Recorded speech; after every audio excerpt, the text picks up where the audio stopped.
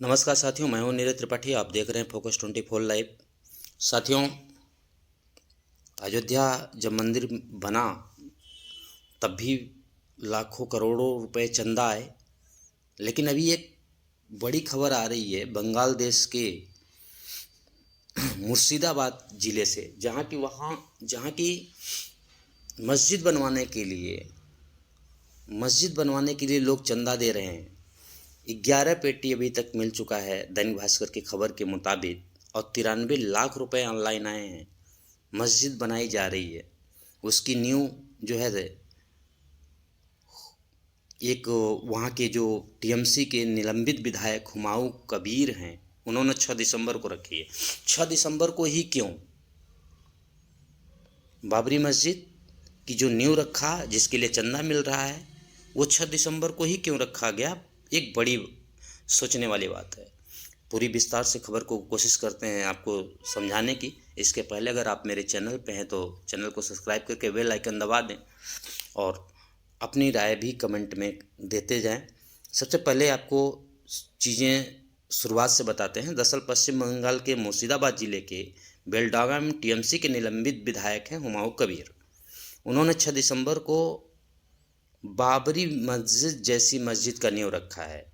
उनका जो प्लान है वो बाबरी मस्जिद की तरह है। बाबरी विध्वंस की 33वीं वर्षी पर मस्जिद की आधारशिला रखी गई। ये जो 6 दिसंबर था वो बाबरी मस्जिद की 33वीं विध्वंस का डेट थी, समय था। कबीर ने कड़ी सुरक्षा व्यवस्था के बीच मंच पर मौलवियों के साथ फीता काट के अनौपचारिकता पूरी की। अब इस मस्जिद के लिए जुटाए चंदे का एक वीडियो सामने आया है, जिसमें कि हुमायूं कबीर ने फेसबुक पर एक वीडियो शेयर किया। उसमें कुछ लोग नोट गिनते नजर आ रहे हैं। मीडिया रिपोर्ट्स में यह दावा किया जा रहा है कि शिलान्यास समारोह में 11 पेटी चंदा इकट्ठा हुआ है, जिसे गिनने के लिए 30 लोग और नोट गिनने के लिए मशीन लगानी पड़ी। बंगाल में निलंबित टीएमसी विधायक हुमायूं कबीर ने रविवार को घोषणा की कि वह फरवरी में 1 लाख लोगों से कुरान का पाठ करवाएंगे। इसके बाद बाबरी मस्जिद का निर्माण शुरू होगा। हुमायूं ने कहा कि वे जल्द ही एक नई पार्टी बनाएंगे जो मुसलमानों के लिए काम करेगी। अब सोचिए, यहाँ पे वो बाबरी मस्जिद जैसा मस्जिद बनवा रहे हैं और ये भी ऐलान कर रहे हैं कि हम एक पार्टी बनाएंगे जो कि मुसलमानों के लिए काम करेगी।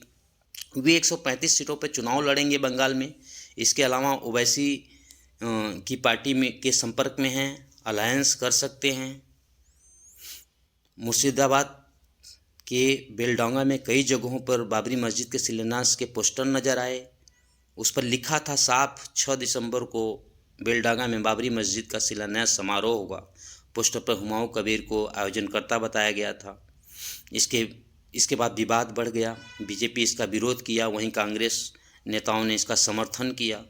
फिर 3 दिसंबर को क्या होता है, टीएमसी ने मामले को खुद अलग कर लिया और यहाँ तक कि बयान में कहा कि कबीर की इस घोषणा से पार्टी को कोई संबंध नहीं है। और एक पार्टी के नेता ने कहा, हुमायूं कबीर ने यह विवाद इसलिए खड़ा किया ताकि उन्हें रेठ नगर सीट से विधानसभा चुनाव के टिकट मिल सके। हुमायूं वर्तमान में मुर्शिदाबाद के भरतपुर सीट से विधायक भी हैं। फिर 4 दिसंबर को क्या होता है कि मामला बढ़ता देख करके टीएमसी के विधायक हुमायूं कबीर को सस्पेंड कर दिया गया। अभी वो टीएमसी के विधायक थे लेकिन सस्पेंड कर दिया। कोलकाता मेयर फिरहाद हकीम ने कहा, पार्टी की सांप्रदायिक राजनीति में विश्वास नहीं करती। पार्टी एक्शन पर हुमायूं ने कहा कि मैं अपने बाबरी मस्जिद वाले बयान पर कायम हूँ। 22 दिसंबर को अपनी नई पार्टी की घोषणा करूँगा। विधानसभा चुनाव में 135 सीटों पर उम्मीदवार उतारूँगा। मैं उन टीएमसी और भाजपा दोनों के लिए, उन्होंने कहा कि खिलाफ चुनाव लड़ूंगा। अब इनके बारे में बता दें, हुमायूं कबीर के बारे में बता दें थोड़ी सी जानकारी इनके बारे में जो हमें मिल सकी है। दरअसल ये अब तो निष्कासित हो गए हैं, लेकिन पश्चिम बंगाल के भरतपुर से टीएमसी विधायक रहे हैं। उम्र 62 साल है।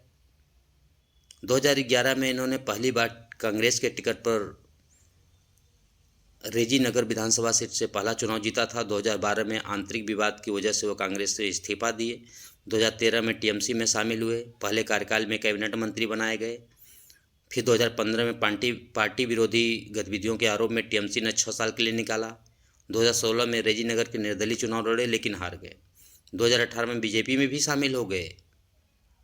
2019 में मुर्शिदाबाद से बीजेपी के टिकट पर सांसद का चुनाव लड़ा और टीएमसी के कैंडिडेट से हारे। फिर 2021 में भरतपुर विधानसभा सीट से चुनाव लड़ा और फिर विधायक बन गए, लेकिन 2021 में ही निष्कासन की समय सीमा समाप्त होने पर टीएमसी में ये वापस लौट आए। एक बार हुमायूं ने कहा था 100 मुसलमान शहीद होंगे तो 500 को ले जाएंगे। मुर्शिदाबाद बाबरी मस्जिद बनाने को लेकर के मीडिया से बात करते हुए 28 नवंबर 2025 को हुमायूं कबीर ने एक और विवादित बयान दिया था। उन्होंने कहा था कि जो कोई उन्हें रोकने की कोशिश करेगा उसे गंभीर नतीजे भुगतने होंगे। अगर 100 मुसलमान शहीद होंगे तो वे अपने साथ 500 को ले जाएंगे। हुमायूं कबीर पहले भी विवादित बयानों को लेकर चर्चा में रहे हैं साथियों। 2024 में लोकसभा चुनाव प्रचार अभियान के समय मुर्शिदाबाद के शक्तिपुर में हुमायूं कबीर ने एक जनसभा की थी, जिसमें उन्होंने कहा था कि मैं राजनीति छोड़ दूंगा अगर 2 घंटे में तुम्हें यानी हिंदुओं को भागीरथी नदी में डुबो न दिया।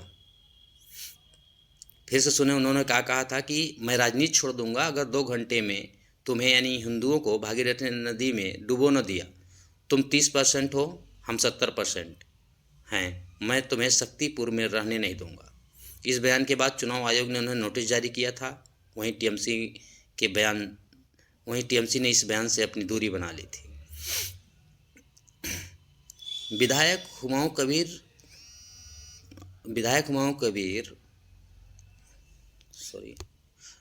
पूरा विवाद दरअसल नवंबर 2024 में शुरू हुआ, जब टीएमसी के विधायक हुमायूं कबीर ने अयोध्या वाली बाबरी मस्जिद को छोटे प्रतिकृत बनाने की बात कही थी।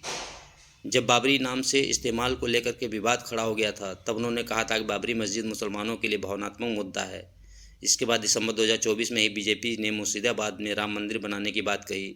हालांकि तब बीजेपी नेता शंकर घोष का कहना था कि राम मंदिर को मस्जिद के जवाब के तौर पर नहीं देखा जाना चाहिए, मंदिर सांस्कृतिक हिस्सा है, जबकि बाबरी मस्जिद एक खराब इतिहास है, ये बंगाल के लिए कैसे बन सकती है।